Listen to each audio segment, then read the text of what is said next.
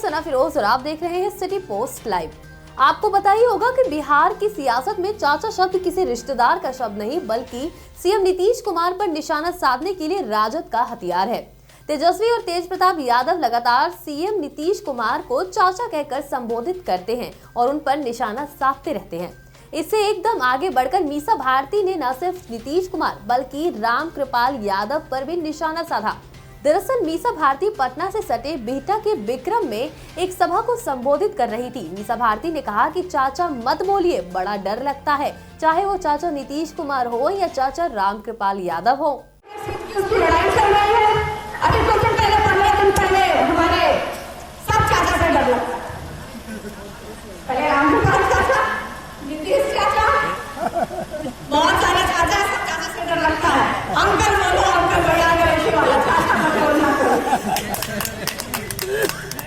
आपको बता दें कि 2014 के लोकसभा चुनाव में रामकृपाल यादव ने राजद से बगावत कर बीजेपी के टिकट पर राजद की मीसा भारती के खिलाफ पाटलिपुत्र लोकसभा सीट से चुनाव लड़ा था और जीते भी थे।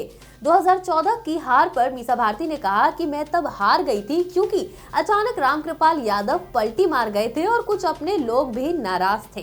जनता को फेस करते हैं और एक तरफ हमारे परिवार के ऊपर आरोप लगता है कि पारिवारिक लोगों को बढ़ावा दिया जा रहा है। हमें से कौन आया? दोनों जुगाड़ कौन आया? मेरे दोनों भाई चुनाव लड़के जनता के वोट से जीत करके आए थे। नाती जी के और सुशील मोदी के आशीर्वाद से आए थे। उनको इसकी आशीर्वाद की आवश्यकता नहीं है। उनको जनता के आशीर्वाद की आवश्यकता थी और जनता ने उनको चुना और उनको बनाया। मैं चुनाव हार गई। चुनाव हारे उनके बहुत सारे कारण हैं। मेरे अपने भी कुछ नाराज थे और जो पूरी पार्टी को ही संभालते थे, जो पूरी पार्टी को ही संभालते थे, वही दूसरी पार्टी में फंसी मार गए। मीसा भारती ने राजद नेताओं और कार्यकर्ताओं को नसीहत देते हुए कहा कि राजद के कोई भी संभावित उम्मीदवार अपनी दावेदारी पर खुलकर बात ना करें। सीटों पर अभी फाइनल फैसला बाकी है। कोई भी निर्णय राष्ट्रीय अध्यक्ष लालू यादव ही लेंगे, इसलिए कार्यकर्ता क्षेत्र में अपना काम करते रहें। लेकिन एक चीज है जैसा कि सब लोगों ने कहा, क्योंकि अभी हम कहते हैं हमारा जो महागठबंधन जो बना है उसमें अभी सीट को लेकर के बातचीत नहीं हुई है और जो मेन फैसला होता है वो राष्ट्रीय अध्यक्ष जी लेते हैं। तो अभी सब जितने उम्मीदवार हैं, चाहे मैं हूँ चाहे कोई हो, वो अपने आप को ना करे। जिस तरह से आप लोग क्षेत्र में काम कर रहे हैं उस तरह से आप लोग काम करते रहिए और जो भी उम्मीदवार होगा पार्टी अपना सब कार्यक्रम करें। बीजेपी पर निशाना साधते हुए मीसा भारती ने कहा कि सावधान रहिएगा, वोट बटोरने के लिए बीजेपी बिना आवाज का झुनझुना बजा रहा है।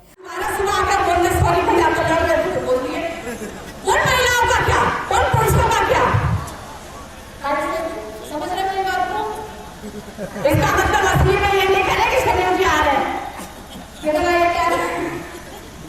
हम एक उदाहरण दे रहे थे कि अगर आप कुछ करना ही चाहते हैं माइनॉरिटीज की महिलाओं, तो ये सब छलावा है, झुनझुना है, बिना गाने वाला झुनझुना है, सिर्फ वोट बटोरने के लिए।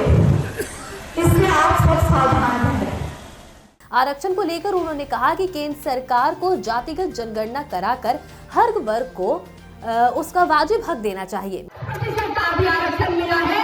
इसमें मोदी सरकार ने बहुत चतुराई से, बहुत चालाकी से प्राइवेट सेक्टर में भी स्कीम लागू करने की इनकी मंशा है और कर चुके हैं।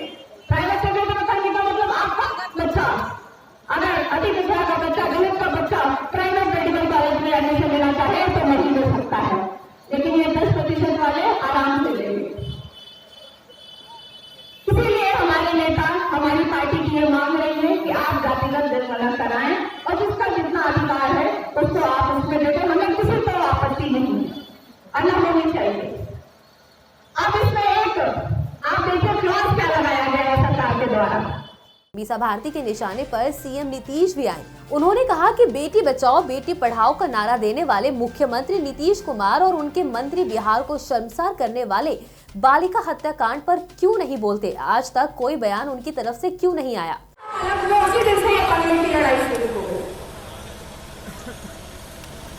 हमारे प्रतिपक्ष के नेता चाहे वो मुजफ्फरपुर बालिका गृह का मुद्दा हो, आप देखिए एक तरफ ये लोग नारा क्या देते हैं, इनकी दोहरी नीति देखिए।